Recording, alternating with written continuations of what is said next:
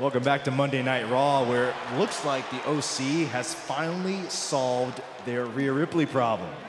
How does it feel to finally get the upper hand over the Judgment Day? Feels good to get some payback on Judgment Day. This time, 4 against 4, and we couldn't have done it without Mia Yim. Byron, we needed a Rheolution.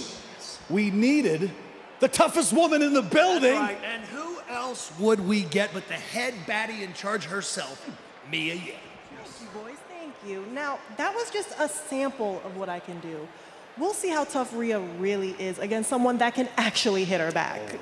Michan, welcome to the OC, and don't worry, when we go out celebrating tonight, Carlson here will have the tab ski. He owes me a few rounds. No. Boys, guys, it's on me. Don't worry, it's on me. Let's go now. Mia, Let's go. they high tolerance. So It's fine. I know, It's but- fine. I got it. Don't worry. Break the rules, break the laws. This is the moment we change it all. Break the rules, break